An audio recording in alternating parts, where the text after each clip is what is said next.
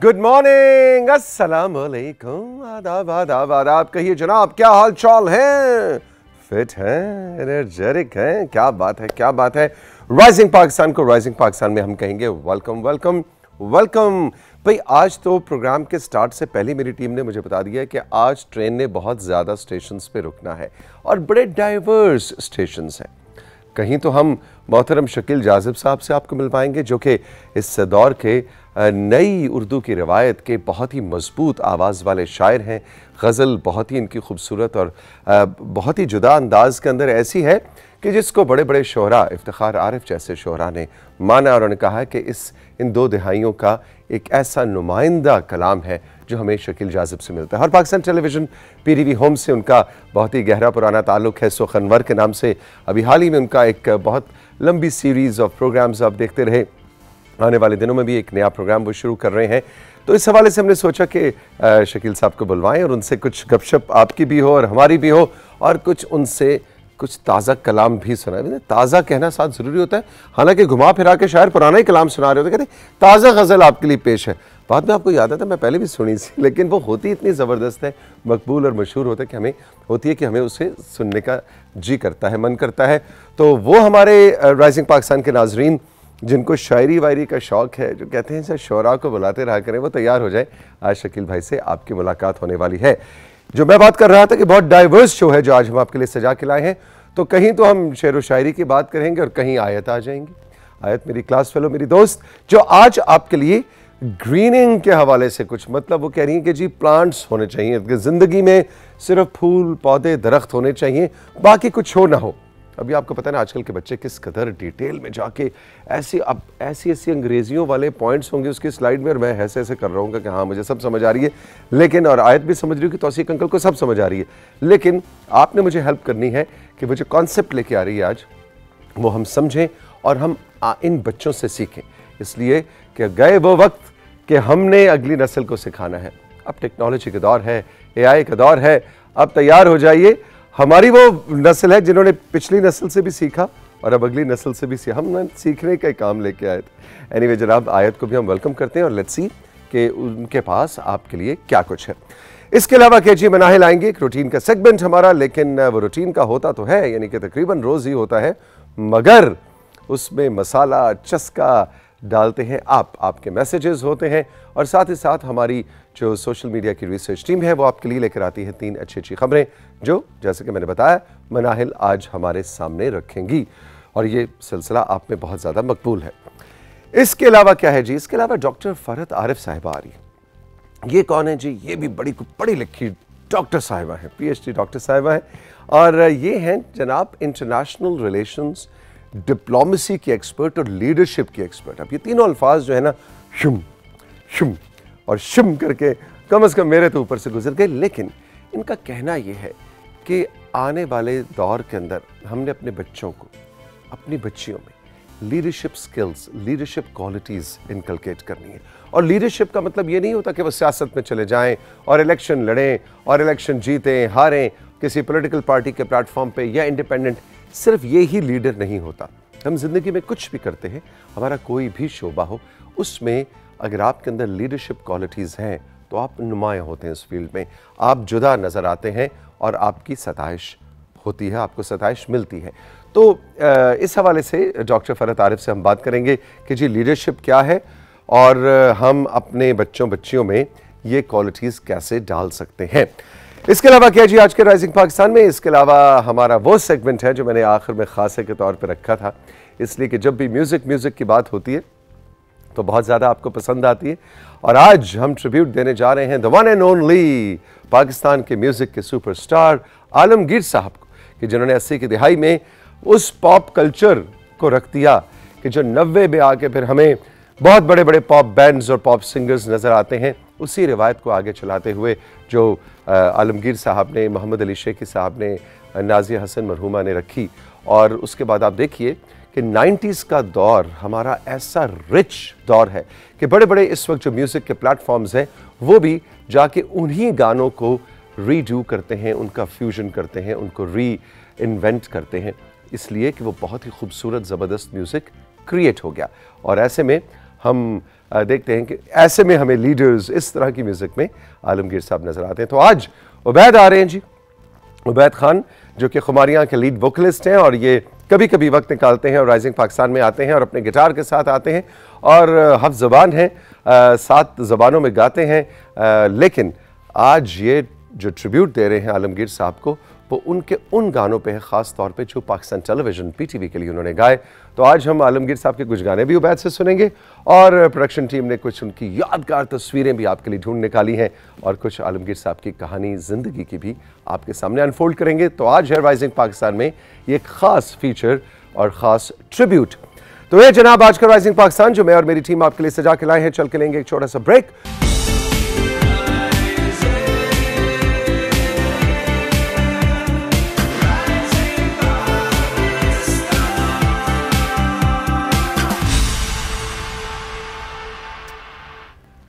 Welcome back to rising Pakistan. मेरी class fellow आयत मेरे साथ मौजूद हैं। गुड मॉर्निंग, अस्सलाम वालेकुम। अस्सलाम वालेकुम, कैसे हैं आप? मैं बिल्कुल ठीक हूँ। आज जो तुमने जो हेयर स्टाइल बनाया है ना वही बहुत ही जबरदस्त है। मतलब कितना टाइम लगा इसको बनाने में, ये बताओ पहले। नहीं, सिर्फ 2-3 मिनट ही लगे। 2-3 मिनट में you look very nice today, माशाल्लाह। Thank you. अच्छा जी, क्या सीन है आज, क्या टॉपिक है? आज सबसे पहले तो मैं आपसे ये पूछना चाहूंगी कि क्या आपको दरख्त, पौधे, फूल वगैरह अच्छे लगते हैं? नहीं, हैं? बिल्कुल भी नहीं। मैं चाहता हूँ कोई दरख्त नहीं होने चाहिए दुनिया में, कोई फूल पौधे नहीं होने चाहिए, सिर्फ इंसान होने चाहिए। और ये हमारी दुनिया है और हम जो चाहें करें और हम किसी और को नहीं यहाँ पे बर्दाश्त कर सकते। नहीं, मगर वो तो बहुत ज़रूरी होते हैं। अच्छा जी, तो आपको तो पसंद होने चाहिए। अच्छा, उससे क्या फ़ायदा होगा? तो हमारी स्पेस ले रहे हैं। मैं चाहता हूँ कोई दरख्त ना हो, यहाँ पे भी हम घर बनाएं, मतलब कंक्रीट के जंगल्स हों, हाउसिंग कॉलोनीज हों। ये दरख्त आ जाते हैं ना बीच में तो वो फिर सारा गड़बड़ हो जाती है, सड़क नहीं बन सकती। फिर आपको ऑक्सीजन कौन फराहम करेगा? कार्बन डाइऑक्साइड आजकल इतनी ज़्यादा हो रही है हमारे पाकिस्तान में। ऑक्सीजन के सिलेंडर मिल जाते हैं, ऐसे मास्क लगा के गुजारा चल जाए। नहीं, वो भी तो फ्रेश एयर नहीं होती। फ्रेश एयर तो हमें सिर्फ ट्रीज और प्लांट से मिलती है। ओके, हल्का हल्का मैं कन्विंस हो रहा हूँ। मुश्किल है कन्विंस करना होना मुझे, चाहिए, लेकिन होना हो रहा हूँ चाहिए। हल्का। तो आज मैं आपके लिए लाई हूँ, आज का जो मेरा टॉपिक है वो है ग्रीनरी के बारे में। Grinning, need of the planet. तो हाँ जी, पहले तो प्लांट और पौधे हमारे किस काम आते हैं? प्लांट और पौधे हमारे हर चीज़ के काम आते हैं। वो हमारे एनिमल्स, जो हमारे लैंड एनिमल्स होते हैं, उन्हें शेल्टर प्रोवाइड करते हैं, उनका हैबिटेट वहाँ पे होता है और वो हमें फ्रूट्स वगैरह भी देते हैं। तो वो बहुत ही इंपॉर्टेंट होते हैं हमारी लाइफ के लिए। और इवन जो चौपाए हैं, जो एनिमल्स हैं, उनकी खुराक भी तो है। खुराक, हाँ जी, फूड वगैरह लगता है उस पर और उन्हें शेल्टर मिलता है। और हम लोग जब गर्मियाँ होती हैं तो आपने देखा होगा गांव में ज़्यादातर लोग दरख्तों के नीचे बैठते हैं साया लेने के लिए।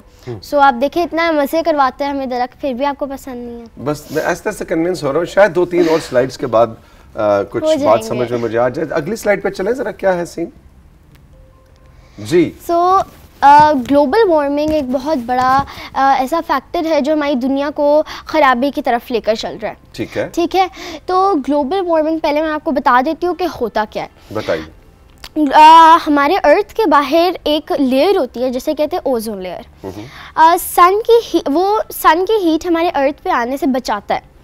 मगर अब आजकल डिफॉरेस्टेशन इतनी हो रही है, लोग फैक्ट्रीज बना रहे हैं, स्मोक, एयर पोल्यूशन फैल रही हैं, तो उसकी वजह से कार्बन डाइऑक्साइड आ रही है। तो और कार्बन डाइऑक्साइड की वजह से ओजोन लेयर हमारी दिन ब दिन पतली हो जा रही है। अच्छा, यानी कि सूरज की जो शुआएं हैं, हाँ जी, उनके और हमारे दरमियान एक लेयर सी है। लेयर है जो हमें प्रोटेक्ट करती है हमारे अर्थ को सन की हीट से। सन की जो हीट के अंदर जो ऐसी चीजें जो हमें नुकसान पहुंचा सकती है, उससे प्रोटेक्ट करती है। मगर अब जैसे वो खत्म हो जा रही है ओजोन लेयर, तो जो सन की हीट है वो डायरेक्ट हमारे अर्थ पे पड़ती है। जैसे आजकल पिछले भी दिनों में इतनी गर्मियाँ हो रही थी, तो कभी इतनी तेज धूप निकल आती है, तो उसी की वजह से हो रहा होता है। एकदम से तेज धूप हो जाती है, एकदम से ठंड हो जाती है, एकदम से बारिश आ जाती है, हाँ जी, फ्लैश फ्लड्स आ जाते हैं, बहुत चीजें हो रही हैं। अनप्रेडिक्टेबल वेदर पैटर्न्स जो हो गए हैं, ये सब क्लाइमेट चेंज की, यानी क्लाइमेट चेंज जैसा कि इस लफ्ज के 2 अल्फाज में है कि हमारे मौसम तेजी से बदल रहे हैं, कभी इधर कभी इधर। हाँ जी। सो ये जो अभी हमने बात की है, that leads to my next point, that is जी, नेक्स्ट पॉइंट दिखाइएगा control room. Climate change. Okay. अब global warming is caused by climate change and climate change is caused by weather change. ठीक है। जब और वेदर तो होता है ना कि अभी धूप हो रही है और फ़ौरन से 2-3 मिनट के बाद बारिश होना शुरू हो गई है, ठीक है। पिछले दिनों में इतनी तेज़ यालाबारी हुई थी और कभी इतनी तेज़ धूप, कभी बारिशें और अनप्रेडिक्टेबल मौसम है जैसे आपने कहा, ठीक है। तो अब क्लाइमेट चेंज होता है वो 2-3 घंटों के लिए नहीं, मतलब 2-3 सालों के लिए होता है। That's for a long period of time. तो अब वो हमारे एग्रीकल्चर को भी बहुत लॉस कर रहा है। जो किसान हैं हमारे इस मुल्क में, जो कि बहुत बड़ी एक इम्पॉर्टेंट चीज़ है, ठीक है, जो हमें खाना प्रोवाइड करते हैं, गंदम वगैरह, तो उनका बहुत ज़्यादा लॉस हो रहा है क्लाइमेट चेंज की वजह से। क्योंकि पिछले दिनों में बहुत तेज़ बारिशें हो रही थी, तो अगर फॉर एग्ज़ाम्पल किसी किसान ने गंदम उगाई है, तो जब बहुत तेज़ बारिशें होंगी तो उसकी गंदम में लॉस आएगा बहुत ज़्यादा, क्योंकि वो गंदम ख़राब हो जाएगी, फसलें हमारी, हाँ जी, फसलें ख़राब हो जाएंगी। तो इस तरह एग्रीकल्चर जो किसान वगैरह हैं उनका बहुत ज़्यादा लॉस होता है। और उनकी वजह से जो ये बेचते हैं चीज़ें, क्योंकि उन्हें भी सही तरह चीज़ें नहीं मिल रही हैं, तो वो क्या बेचेंगे, तो उनका भी बहुत ज़्यादा लॉस हो रहा है। तो अच्छा, बिल्कुल आयत, आप ठीक कह रही हैं कि हमारे जो फार्मर्स हैं, हमारे जो किसान बहन भाई हैं, उनका लॉस हो रहा है, उनका नुकसान हो रहा है। लेकिन अगर आपके सामने मैं एक और पर्सपेक्टिव रखूं कि इन द लॉन्ग रन आप देखें, सिर्फ उनका लॉस नहीं हो रहा। अगर फसलें अच्छी नहीं होंगी, कम फसल निकलेगी, वही प्रोडक्ट महंगी हो जाएगी। मसलन मैं मिसाल देता हूँ, आम की फसल, तो वो at the end of the day जाके हमें हर शख्स को, सिर्फ फार्मर्स को इफेक्ट नहीं कर रही, नुकसान हम सब का हो रहा है। कीमतें बढ़ रही हैं, अच्छी क्वालिटी की प्रोडक्ट आपको नहीं मिल रही, और सबसे बड़ी चीज़ ये कि हमें ऑर्गेनिक चीज़ें नहीं, फिर किसान क्या करते हैं, वो मजबूर हो जाते हैं, केमिकल्स डालते हैं, पेस्टिसाइड्स, और फिर वो हमें जो खराब हार्मफुल चीजें हैं वो फिर हम लोग खाने को मिलती है, क्योंकि आपने अपने फसलों के साइकिल को भी फिर चेंज करना पड़ता है। तो ये जो है ना, ये क्लाइमेट चेंज सिर्फ किसानों नहीं, हम सबको अफेक्ट करता है, पूरे अर्थ को बेसिकली करता है क्लाइमेट चेंज।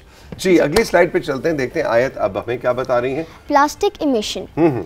सबसे पहले प्लास्टिक बहुत बड़ा मसला है आजकल।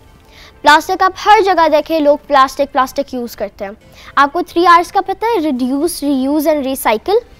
एक सेकंड, अंग्रेजी मेरे ऊपर से गुजर गई, जरा दोबारा आहिस्ता आहिस्ता। क्या 3 R's क्या हैं जी? Reduce, reuse and recycle.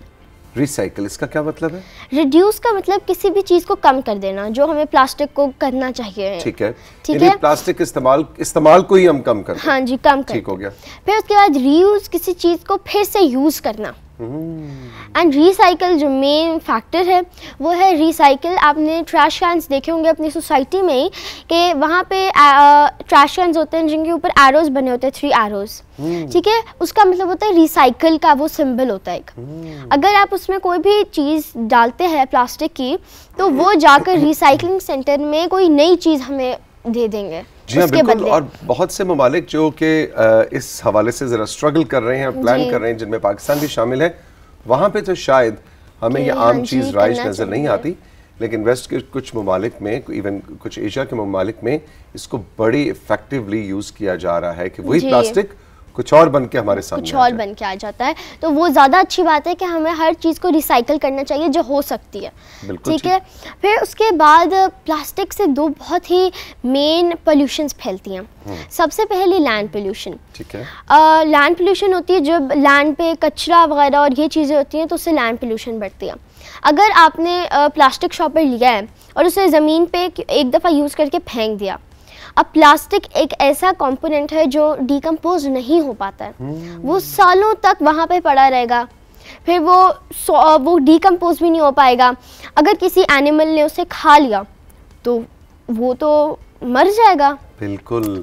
तो इस तरह हमारी फूड चेन भी जो है ना, वो भी डिस्टर्ब होती है बहुत इसकी वजह से। आप ठीक कह रही हैं। और इसी तरह आपकी तरह के मेरे किसी क्लास वाले ने मुझे एक दफ़ा बताया था इसी तरह के सेशन में, if I am not wrong, कि जो हमारा जिसको हम शॉपर कहते हैं, जी जी, ये जो शॉपिंग बैग होता है या प्लास्टिक का थैला, वो बज़ाहिर तो बड़ी बेज़रर सी चीज़ हमें नज़र आ रही होती है, लेकिन आपको पता है इसकी लाइफ क्या है?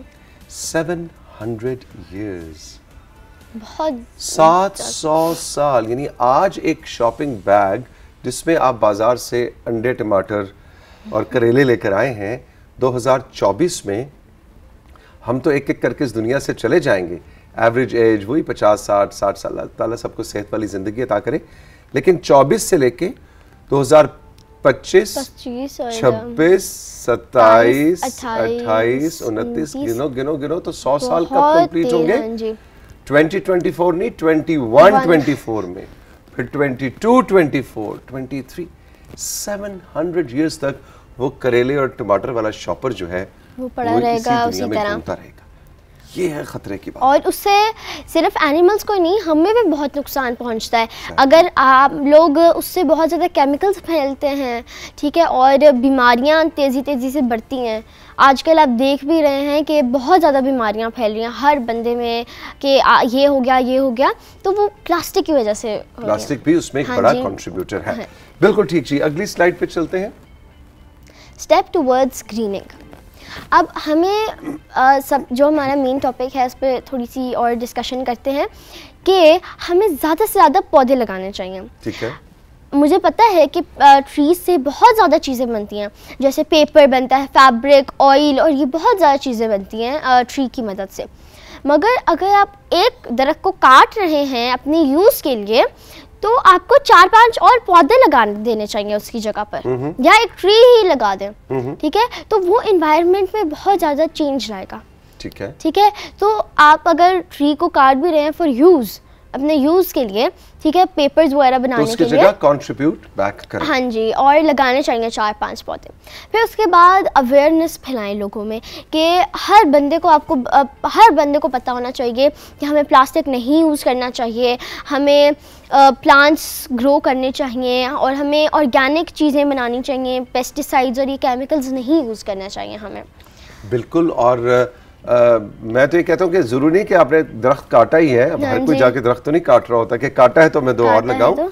हमें वैसे भी प्लांटेशन करनी चाहिए अपनी सोसाइटी में। आपको जहाँ भी कोई ऐसी जगह मिले कि यहाँ पे चलो लगा देते हैं, ठीक है, तो वो हमारी सिर्फ हमें ऑक्सीजन फराहम करते हैं, हमें फ्रूट्स देते हैं, बल्कि वो हमारे एनवायरनमेंट में बहुत ज़्यादा ब्यूटी भी इंक्रीज़ करते हैं। अगर आप हर जगह आप देखें कि पौधे लगे हों, दरख्त हों, ऑक्सीजन हमें दे रही हो और कार्बन डाइऑक्साइड ना हो हमारे प्लानट में, तो आप देखें कि कितना हमारा अच्छा एनवायरनमेंट एक बिल्डअप हो जाए। आयत, मुझे याद है जब मैं छोटा सा था और मैं स्कूल में, मुझे नहीं याद कौन सा ईयर था, मे बी 5वीं-6वीं में, तो हम एक मुझे वो कहानी नहीं याद, कोई दरख्त की कहानी क्या, लेकिन उसमें था कि दरख्त जमीन का जेवर है। हाँ जी, खूबसूरत बात है। हाँ जी। जो आपने ब्यूटी की और विजुअल ब्यूटी की बात की कि जमीन पे वो आप एक थोड़ा सा जमीन का पैच देखें जिसपे कोई दरख्त ना लगाओ, और एक वो पैच देखें जिसमें बहुत सारे दरख्त लगे हों, तो वो बिल्कुल उसकी ज्वेलरी है। ज़मीन उससे खूबसूरत नजर आता है। कौन सा ज़्यादा अच्छा लगेगा? ऑफ कोर्स ज़्यादा भरा हुआ पौधों से, ठीक है। और मैंने कल ही एक सर्वे के मुताबिक मैंने देखा कि पाकिस्तान आने वाले सालों में सबसे ज़्यादा ग्लोबल वार्मिंग और डिफॉरेस्टेशन का शिकार होगा। हाँ जी, बिल्कुल बिल्कुल ऐसा ही है। आई थिंक सो ये हमें ख़त्म करना चाहिए और इसके अगर हर चीज़ ने, गवर्नमेंट ने लॉज बनाए हुए हैं हर चीज़ के, चोरी करने के, ठीक है, तो आई थिंक सो हमें फॉर फन ट्रीज काटने के लिए भी करने चाहिए। और प्लास्टिक बैग्स गवर्नमेंट ने लगाए भी हुए हैं, बनाए भी हुए हैं लॉज के हमें प्लास्टिक बैग्स नहीं यूज़ करने, मगर फिर भी आप देखें कि कितने ज़्यादा लोग, हर बंदा वो यूज़ करता है। बिल्कुल वही बात है आयत, आपने बिल्कुल ठीक बात की कि लॉज बनाना तो एक काम है, लेकिन इम्प्लीमेंट उसको तो हमने खुद करना है। उसको, उस लॉ को अबाइड बाय, यानी उस पे चलना, उसको ओबे करना तो हमने खुद करना है। थैंक यू वेरी मच, बड़ा मजे का सेगमेंट था, हाई फाइव होना चाहिए इस पे। Very good, very nice, very nice, very nice, all the best. आयत की बातें आपको कैसी लगी? हमारे व्हाट्सएप और हमारे इंस्टाग्राम पे हमें जरूर बताइएगा। एक छोटा सा ब्रेक लेते हैं और ब्रेक के बाद आ रही है मनाहिल 3 अच्छी खबरों और आपके मैसेजेस के साथ।